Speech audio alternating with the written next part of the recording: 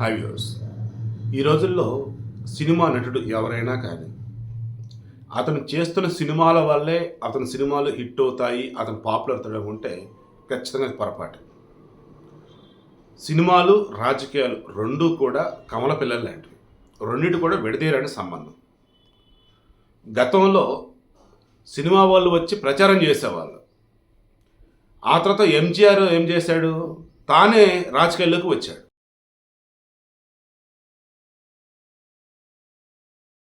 ఇక అప్పటి నుంచి అటు సినిమాలు చేస్తూనే ఇటు రాజకీయాల్లో ఉంటున్న వాళ్ళు పెరిగిపోతూ ఉన్నారు.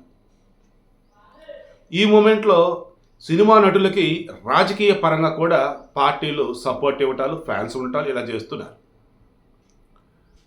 అలా నందమూరి ఫ్యామిలీలో ఎవరైనా కావచ్చు గాక, వారి సినిమా రిలీజ్ అవుతుందంటే టీడీపీ వాళ్ళు చేసే, దాని హంగామా అనకూడదు కానీ, ఆ టీడీపీ వాళ్ళు చేసే సెలబ్రేషన్స్ ఉంటాయే అవి ఖచ్చితంగా ఆ సినిమాకి హైప్ తీసుకొస్తాయి.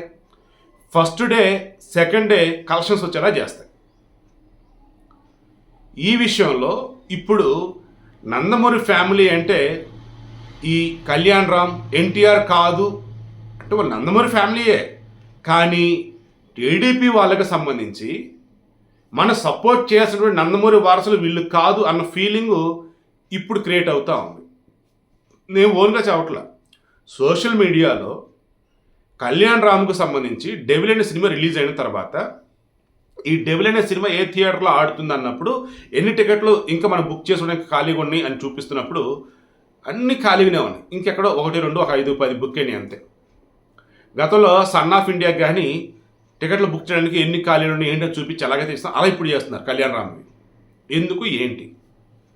రీసెంట్గా కళ్యాణ్ రాము ఈ devil cinema pre release event అప్పుడు కానీ, లేదన్నప్పుడు ఆ తర్వాత కానీ, అంతకుముందు కానీ ఇలా చెప్పుకుంటూ పోయినప్పుడు రాజకీయపరమైన అంశాలు వచ్చినప్పుడు చాలా క్లారిటీగా ఉన్నాడు. ఏమని?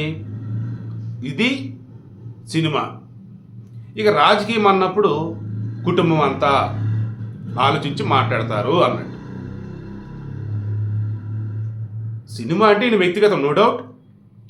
రాజకీయం అన్నప్పుడు, సపోర్ట్ అన్నప్పుడు ఏదైనా సరే వీళ్ళు మాట్లాడేది ఏంటి? ఎప్పుడైనా కానీ తాత నందమూరి తారక రామారావు పెట్టిన టీడీపీ పార్టీకే మా సపోర్టు.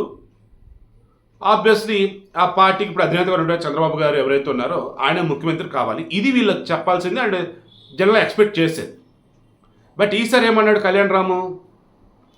మొన్నటికి మొన్న చంద్రబాబు గారి అరెస్టుకు సంబంధించి దాన్ని అక్రమమని కానీ, ఆ కుటుంబాన్ని పరామర్శించడం కానీ, ఆయన జైలు నుంచి బయటకు వచ్చిన తర్వాత వెళ్ళి చూడటం కానీ అసలు ఏమీ చేయలే.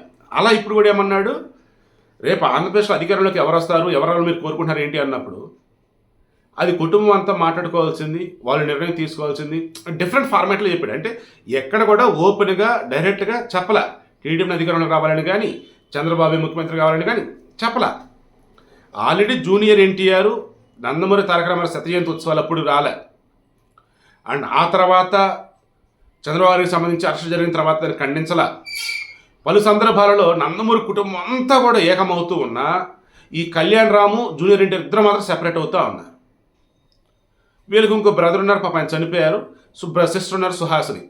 ఆమె టీడీపీలో యాక్టివ్గా ఉన్నట్టు కనిపిస్తూ ఉన్నా ఆమె మొన్న వాళ్ళ బిడ్డ పెళ్ళి, కూతురు పెళ్ళి కొడుకు పెళ్ళి నాకు తెలీదు, వాళ్ళ పెళ్లి దానిలో వచ్చేసి ఎవరైతే ముఖ్యంగా చంద్రబాబు ఫ్యామిలీని, ముఖ్యంగా చంద్రబాబు భార్య భువనేశ్వర్ గారిని సైతం నానా రకాలుగా మాట్లాడేటువంటి ఆ కొడాలి కనిపించాడు. ఇక మరికొంతమంది కనిపించున్నారు.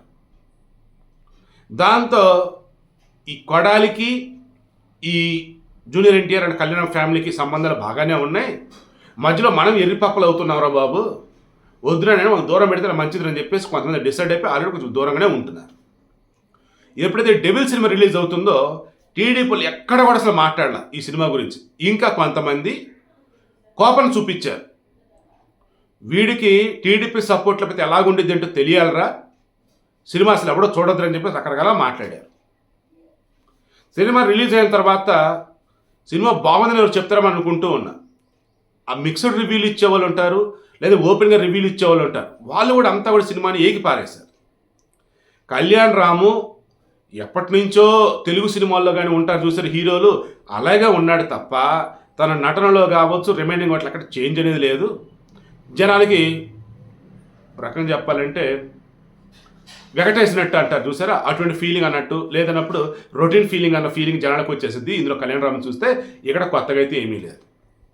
ఇక సినిమా స్టోరీ ఎప్పుడో బ్రిటిష్ కాలం నాడు సుభాష్ చంద్రబోస్ పట్టుకోవాలన్నట్టుగా ఆ బ్రిటిష్ వాళ్ళ టీంకి ఇతను ఒక స్పైగా పనిచేస్తున్న డెవిల్గా.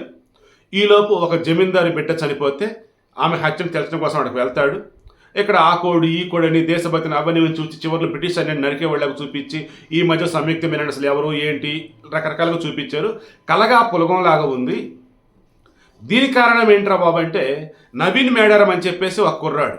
అతనేమంటాడు, ఈ సినిమా డైరెక్టర్ నేను, డైరెక్ట్ చేసింది నేను, క్రెడిబిలిటీ నాదని అతను చెప్పుకుంటా ఉన్నాడు. బట్ సినిమా అభిషేక్ నామా అని చెప్పేసి పడింది. ఎవరు రైతును అంటే ఆ సినిమా నిర్మాత. సో నిర్మాతే డైరెక్షన్ చేసి పడేశాడు. దాంతో వంట వాళ్ళు ఎక్కువైతే ఏమైతే వంట చెడిపోయింది. అలా ముందున్న దర్శకుడికి ఆ తర్వాత వచ్చిన వాళ్ళకి మొత్తం తేడా కొట్టేసింది. సో సినిమా పోవడానికి అదొక కారణం అంటారు.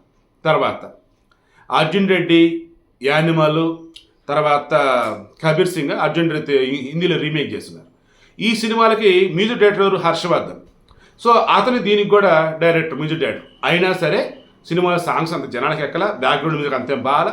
ఓవరాల్గా చూసుకుంటూ ఉన్నప్పుడు కళ్యాణ్ రామ్ ఎక్కడో బాగా డిస్టర్బ్ అయ్యాడు. అది సినిమాలో కనిపిస్తూ ఉంది. అండ్ ఈ సినిమాకి సంబంధించి డైరెక్టర్ కావచ్చు, ప్రొడ్యూసర్ కావచ్చు, అంతా కలిపి ఒక టీం వైజ్ వర్క్ చేయాల్సింది పోయి డైరెక్టర్ కదా నేను చేస్తానంటగా నిర్మాత చేశాడు. అండ్ మరో హీరోగా ఉన్నటువంటి కళ్యాణ్ రామ్ జాగ్రత్తలు తీసుకోలేదు. బింబిసార తర్వాత అమిగోనో ఏదో అమిగోస్ ఏదో వచ్చింది, అది పోయింది. ఇప్పుడు ఇది వస్తున్నప్పుడు జాగ్రత్తగా ఉండాలి కదా, అలా లేడు. ఆ అమ్మాయి నటిస్తే సినిమా హిట్ అన్నటువంటి సంయుక్త మీనన్ ఈ సినిమాతో ఒక ఫ్లాప్ను మూట కట్టుకుంది అంటున్నారు. ఓవరాల్ చూసుకుంటూ ఉంటే సినిమా లవర్స్ కూడా సినిమాని ఇష్టపడే విధంగా అంత లేదు. ట్విస్ట్లు కూడా అంతేమీ లేవు. ఏదో కన్ఫ్యూజన్ ఏదో తీసేసినట్టున్నారు. అసలు డైరెక్టర్నే కంటిన్యూ చేయించినట్టయితే బాగుండేది. మేబీ ఖచ్చితంగా అప్పుడు అవుట్పుట్ బాగా వచ్చేదేమో. ఆ ప్రొడ్యూసర్ డైరెక్టర్ అన్నట్టుగా పేరు వేసుకోవటం, మరలా అతను ఏదైనా చేశాడో లేదంటే అసిస్టెంట్ పెట్టి ఏదైనా చేశాడో తెలియదు, కానీ సినిమా అయితే పోగొట్టారు అంటున్నారు. అండ్ కళ్యాణ్ రామ్ సంబంధించి పొలిటికల్గా సపోర్ట్ లేకుండా నిలబడే సిచ్యువేషన్లో అయితే కళ్యాణ్ రామ్ అయితే లేడు, నో డౌట్ అందులో. జూనియర్ ఎన్టీఆర్కి సంబంధించి తనకంటూ ఒక ఫ్యాన్ ఫాలోయింగ్ అనేది వచ్చేసింది. పాటలకి అదేవిధంగా తన ఫ్యాన్స్ వాళ్ళు ఉన్నారు. కానీ అతను ఈరోజు ఈ స్థాయిలో ఉండటానికి టీడీపీ వాళ్ళే కారణం, తాతగారి పేరు పట్టుకోవడమే కారణం. ఈరోజు వచ్చేటప్పటికి తనకంటూ ఒక స్టార్డమ్ వచ్చేసరికి తన ఓన్గా వెళ్దామని చూస్తూ ఉన్నాడు. అది 1-2 సినిమాల వరకు నడవచ్చు కాక, బట్ భవిష్యత్తులో తాను ఎంత బస్టర్ యాక్టర్ అయినా, తాను డిఫరెంట్గా ఎక్స్ట్రాడినరీ వేలో యాక్టింగ్ చేసి మెప్పించగలిగిన ఇదున్నా, తెలుగు ప్రాంతాల వరకు అయితే మాత్రం టీడీపీ సపోర్ట్స్ కనుక ఈ జూనియర్ ఎన్టీఆర్ కనుక సినిమా పరంగా సపోర్ట్ కనుక ఇవ్వకపోతే కష్టం అని చెప్పేసి అంటూ ఉన్నారు. బట్ జూనియర్ ఎన్టీఆర్ ఆల్రెడీ ఆ స్థాయి ఎప్పుడు దాటిపోయాడు. కానీ పొలిటికల్కి సపోర్ట్ లేకపోతే కష్టం అనే వేలో ఆల్రెడీ మన జగన్మోహన్ రెడ్డి గారు కూడా అధికారం వచ్చిన తర్వాత చాలా విషయాలు ప్రూవ్ చేసి పెట్టారు.